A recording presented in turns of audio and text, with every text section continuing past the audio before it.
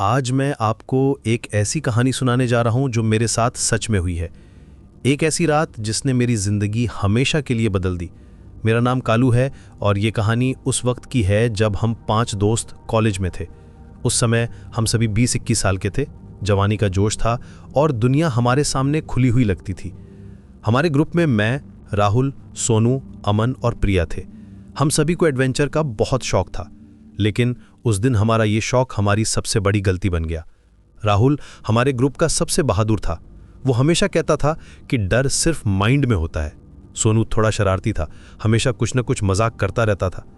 अमन बहुत प्रैक्टिकल था, हमेशा सब कुछ प्लान करके रखता था। प्रिया हमारे ग्रुप की इकलौती लड़की थी, लेकिन वो किसी से कम नहीं थी। वो भी हमारे साथ हर एडवेंचर में शामिल होती थी। और मैं था ग्रुप का स्टोरी टेलर। मुझे हमेशा से कहानियां सुनाना और सुनना पसंद था, लेकिन मैंने कभी नहीं सोचा था कि एक दिन मैं खुद एक ऐसी कहानी का हिस्सा बनूंगा जो सुनने वाले को रातों की नींद उड़ा दे। बात उस समय की है जब हमने गर्मियों की छुट्टियों में एक रिमोट विलेज जाने का प्लान बनाया था। यह गांव दिल्ली से तकरीबन 300 किलोमीटर दूर था। हिमाचल प्रदेश की पहाड़ियों में बसा हुआ था। गांव का नाम था कालीगंज। नाम सुनकर ये अजीब सी फीलिंग आती थी, लेकिन हमने इस पर ध्यान नहीं दिया। वो गांव पहाड़ों के बीच बसा हुआ था और वहां के लोग एक पुरानी हवेली के बारे में अजीब सी कहानियां सुनाते थे। हमने गांव में पहुंचकर एक छोटे से गेस्ट हाउस में रुकने का इंतजाम किया था। गेस्ट हाउस का मालिक रामू काका एक 60 साल का आदमी था। जब हमने उससे आसपास घूमने की जगहों के बारे में पूछा तो उसने हमें कई खूबसूरत जगहों के बारे में बताया, लेकिन जब हमने उस पहाड़ी के बारे में पूछा जो गांव के पीछे दिखाई दे रही थी, तो उसका चेहरा एकदम से बदल गया। जब हमने गांव के बुजुर्गों से उस हवेली के बारे में पूछा तो एक बूढ़े आदमी ने हमें चेतावनी दी। वो आदमी गांव का सबसे पुराना निवासी था। उसका नाम था मास्टर जी। लोग कहते थे कि वो 75 साल का है और उसने बहुत कुछ देखा है। उसकी आंखों में डर था जब उसने कहा, उस पहाड़ी के पीछे जो हवेली है वहां मत जाना, वहां से आज तक कोई सही सलामत नहीं लौटा। मास्टर जी ने हमें बताया कि वो हवेली 50 साल से खाली पड़ी है। उससे पहले वहां एक जमींदार रहता था जिसका नाम था ठाकुर विक्रम सिंह। वो बहुत अमीर था, लेकिन उसका दिल बहुत काला था। लोग कहते थे कि वो काले जादू में विश्वास करता था और अपनी दौलत बढ़ाने के लिए तांत्रिकों से मिलता रहता था। मास्टर जी की आवाज कांप रही थी जब वो ये बात कह रहे थे। लेकिन हम तो जवान थे और जवानी में डर से ज्यादा जिज्ञासा होती है। हमने सोचा कि ये सब अंधविश्वास है। राहुल ने तो हंसते हुए कहा था, अरे यार, ये सब पुराने जमाने की बातें हैं, भूत प्रेत कुछ नहीं होता। साइंस के जमाने में ये सब बातें करना बचकानी है। सोनू भी उसकी हाँ में हाँ मिला रहा था। उसने कहा, हाँ यार, शायद कोई चोर डाकू छुपे होंगे वहां, इसीलिए लोग डराते हैं। प्रिया थोड़ी डरी हुई लग रही थी, लेकिन फिर भी वो साथ आने को तैयार हो गई। उसने कहा, अगर तुम सब जा रहे हो तो मैं भी चलूंगी, अकेली यहां नहीं रुकूंगी। अमन ने कहा, चलो यार, एक बार देख ही लेते हैं, कुछ नहीं होगा, हम सब साथ हैं। उस शाम हमने तय किया कि रात को उस हवेली में जाएंगे। गांव वाले कह रहे थे कि वो हवेली 50 साल से खाली पड़ी है और रात के समय वहां से अजीब आवाजें आती हैं। कोई कहता था कि वहां से रोने की आवाज आती है, कोई कहता था कि हंसने की आवाज आती है। कुछ लोगों ने बताया कि रात को वहां से लाइट्स दिखाई देती हैं, जबकि वहां इलेक्ट्रिसिटी का कनेक्शन ही नहीं है। हमने सोचा कि शायद ये सिर्फ हवा की आवाज होगी या कोई जानवर होगा। रात के 11 बजे हम पांचों ने अपने बैकपैक्स में टॉर्च, पानी की बोतलें और कुछ स्नैक्स पैक किए। हमारे मोबाइल फोन्स भी फुली चार्ज थे। अमन ने एक पोर्टेबल चार्जर भी साथ रखा था। हमने एक फर्स्ट एड किट भी ली थी, क्योंकि पता नहीं था कि वहां कैसा माहौल होगा। राहुल के पास एक स्विस 9 भी था। हमने सोचा था कि अगर कोई प्रॉब्लम हो तो हम तुरंत हेल्प कर लेंगे, लेकिन हमें नहीं पता था कि जहां हम जा रहे हैं वहां टेक्नोलॉजी काम नहीं करती। हवेली तक पहुंचने के लिए हमें एक पतली पहाड़ी रास्ते से होकर जाना था। रास्ता काफी अंधेरा था और सिर्फ हमारी टॉर्चेस की रोशनी में हम आगे बढ़ रहे थे। चारों तरफ जंगल था और अजीब सी आवाजें आ रही थीं। कभी कोई पत्ता गिरता था, कभी कोई टहनी टूटती थी। हमारे फुटस्टेप्स की आवाज भी एको हो रही थी। जैसे जैसे हम हवेली के पास पहुंच रहे थे, हवा में एक अजीब सी ठंडक महसूस हो रही थी। ऐसा लग रहा था जैसे टेम्परेचर अचानक से ड्रॉप हो गया हो। प्रिया ने अपनी जैकेट टाइट कर ली थी। रास्ते में हमें कुछ अजीब चीजें नजर आईं। पेड़ों पर कुछ निशान बने हुए थे जो नेचुरल नहीं लग रहे थे। ऐसा लग रहा था जैसे किसी ने जानबूझकर बनाए हों। सोनू ने कहा, यार, ये मार्क्स कैसे बने हैं? लेकिन हमारे पास कोई जवाब नहीं था। कुछ पेड़ों की ब्रांचेस भी अजीब तरीके से ट्विस्टेड थीं, जैसे कि कोई इनविजिबल फोर्स उन्हें मोड़ रही हो। जब हमने हवेली को पहली बार देखा तो वो वाकई में डरावनी लग रही थी। 3 मंजिला इमारत, टूटी हुई खिड़कियां और चारों तरफ जंगली बेलें उगाई थीं। हवेली की आर्किटेक्चर भी अजीब थी। ऐसा लग रहा था जैसे ये किसी यूरोपियन स्टाइल में बनाई गई हो, लेकिन इंडियन एलिमेंट्स भी थे। दीवारों पर कुछ कार्विंग्स थीं जो समझ नहीं आ रही थीं। हवेली के सामने एक बड़ा सा आयरन गेट था जो बंद था। गेट पर भी कुछ सिंबल्स बने हुए थे जो हमने पहले कभी नहीं देखे थे। राहुल ने गेट को पुश किया, लेकिन वो नहीं खुला। गेट बहुत हैवी था और रस्ट से भरा हुआ था। फिर अचानक से, बिना किसी के छुए, गेट अपने आप खुल गया, एक लाउड क्रीकिंग साउंड के साथ। वो आवाज़ इतनी तेज थी कि पूरी वैली में एको हुई। ऐसा लग रहा था जैसे गेट हजारों सालों से बंद था और अब पहली बार खुला हो। हम सभी एक दूसरे को देखने लगे। प्रिया ने घबराते हुए कहा, ये अपने आप कैसे? उसकी आवाज़ कांप रही थी। लेकिन सोनू ने कहा, अरे यार, शायद गेट का लॉक टूटा हुआ है, हवा से खुल गया होगा। हमने उसकी बात मान ली। हालांकि हवा बिल्कुल भी नहीं चल रही थी। रात बिल्कुल शांत थी, एक पत्ता भी नहीं हिल रहा था। जैसे ही हमने हवेली के कंपाउंड में कदम रखा, हमारे मोबाइल फोन्स में नेटवर्क चला गया। सभी के फोन्स में नो सर्विस शो हो रहा था। यह बहुत अजीब था, क्योंकि जब हम रास्ते में आ रहे थे तो फुल नेटवर्क था।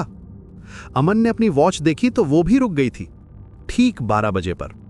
हमारे सभी वॉचेस रुक गए थे सेम टाइम पर। यह कोइंसिडेंस नहीं हो सकता था।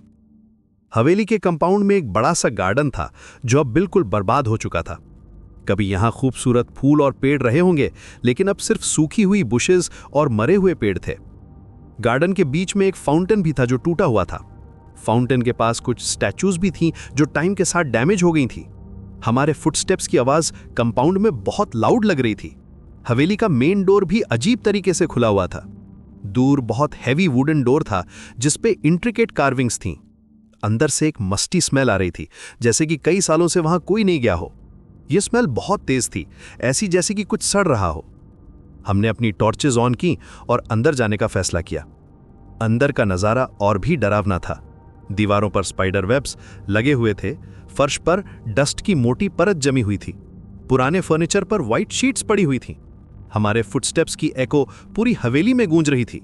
सीलिंग बहुत ऊंची थी और वहां से कुछ टपकने की आवाज आ रही थी, हालांकि कोई पानी नजर नहीं आ रहा था। हम मेन हॉल में खड़े थे जब अचानक से ऊपर से कुछ गिरने की आवाज आई। एक लाउड थड की आवाज थी, जैसे कि कोई हैवी चीज गिरी हो। हम सभी ने ऊपर की तरफ देखा। राहुल ने पूछा, ऊपर कौन है? उसकी आवाज पूरी हवेली में एको हुई, लेकिन कोई जवाब नहीं आया।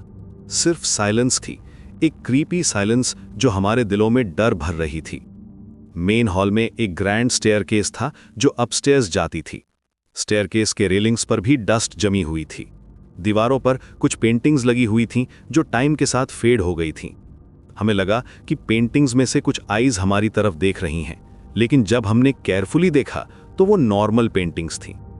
हमने तय किया कि हम अलग अलग रूम्स एक्सप्लोर करेंगे। ये हमारी सबसे बड़ी गलती थी। हमें साथ रहना चाहिए था, लेकिन उस वक्त हमें लगा कि इस तरह हम जल्दी पूरी हवेली देख लेंगे।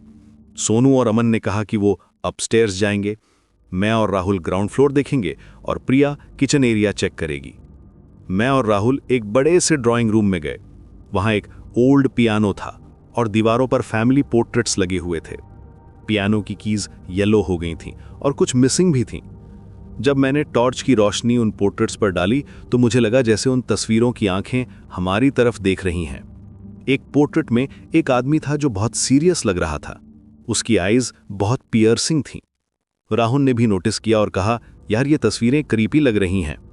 ड्राइंग रूम में एक फायरप्लेस भी था जिसमें अभी भी कुछ एशेस पड़ी हुई थीं। मैंटलपीस पर कुछ एंटीक आइटम्स रखे हुए थे। रूम के कॉर्नर में एक बुक शेल्फ था जिसमें कुछ ओल्ड बुक्स थीं। मैंने एक बुक उठाई तो वो हाथ में आते ही क्रम्बल हो गई। तभी हमें प्रिया की चीख सुनाई दी, एक ब्लड कर्डलिंग स्क्रीम जो पूरी हवेली में गूंजी।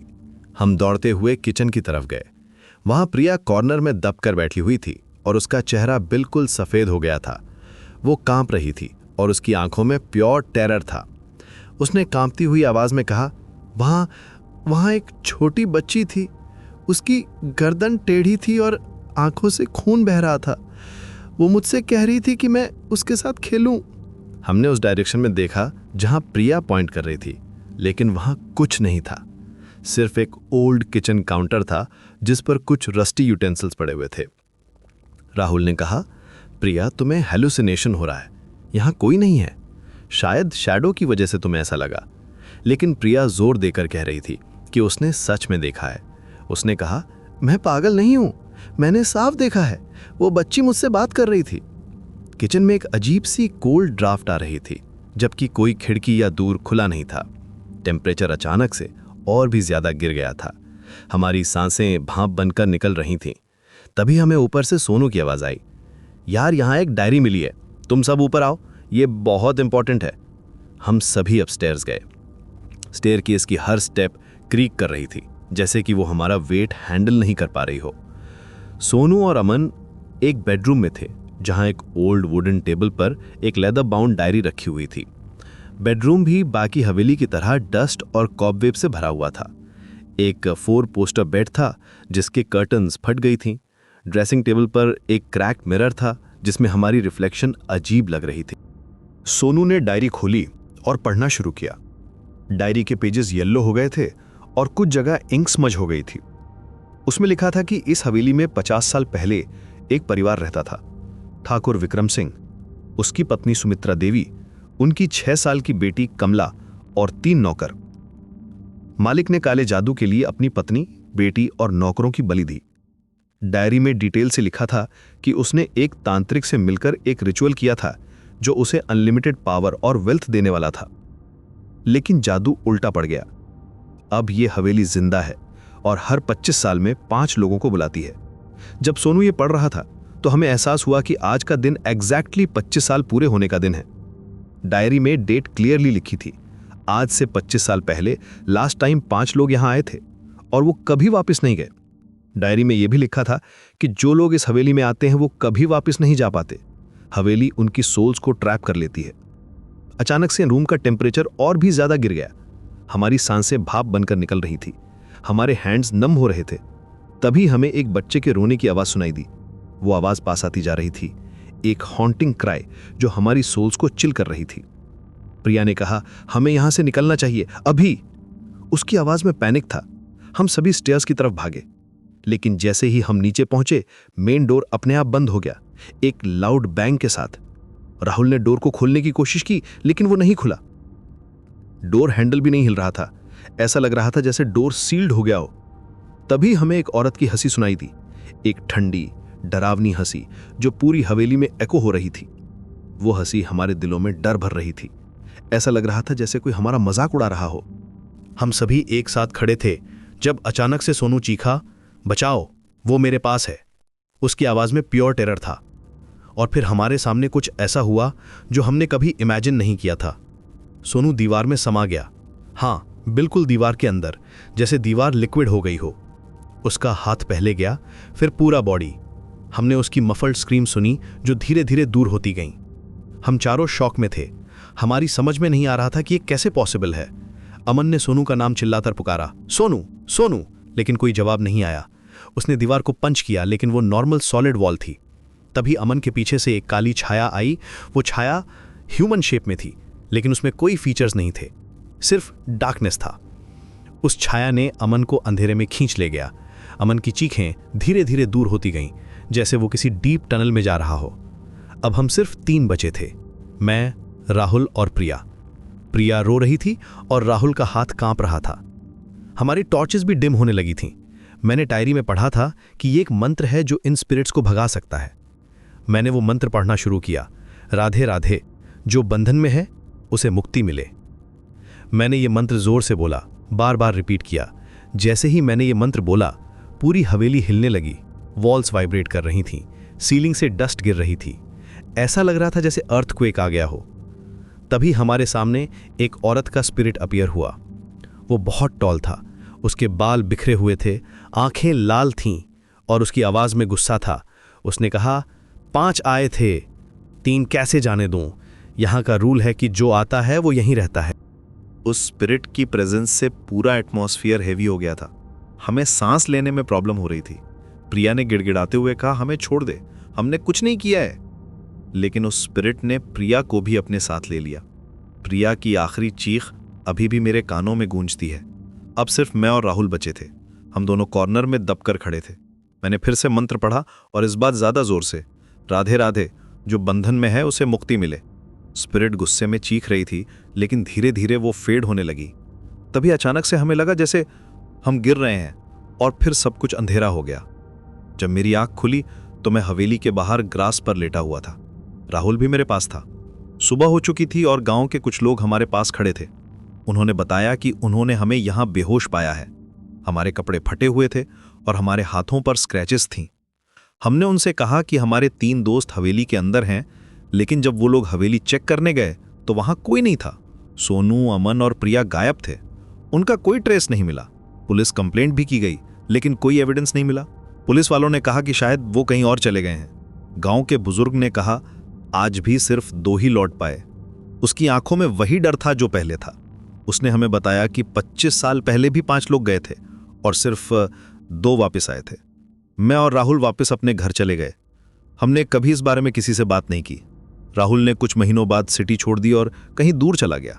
उसने कहा कि वो उस रात को भूलना चाहता है, लेकिन कहानी यहां खत्म नहीं होती।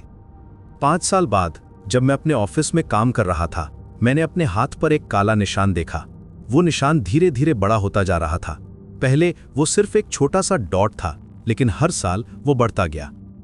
उस रात मुझे एक आवाज सुनाई दी, वही ठंडी, डरावनी आवाज, अभी कहानी खत्म नहीं हुई कालू, अगले 25 साल बाद फिर मिलेंगे। आज भी जब मैं अकेला होता हूं तो मुझे लगता है कि कोई मुझे देख रहा है। वो काला निशान अभी भी मेरे हाथ पर है और हर साल वो थोड़ा और गहरा होता जा रहा है। मुझे पता है कि 20 साल बाद मुझे फिर से उस हवेली में जाना होगा, लेकिन इस बार मैं अकेला नहीं जाऊंगा, क्योंकि उस स्पिरिट को 5 लोग चाहिए। और अगर आप में से कोई उस समय मेरे साथ होगा तो शायद हम सब मिलकर उस कर्ज को तोड़ सकें, या फिर हम सब उसी हवेली में हमेशा के लिए कैद हो जाएं, जैसे मेरे दोस्त हो गए हैं। कहानी अभी भी जारी है और अंत अभी भी लिखा जाना बाकी है।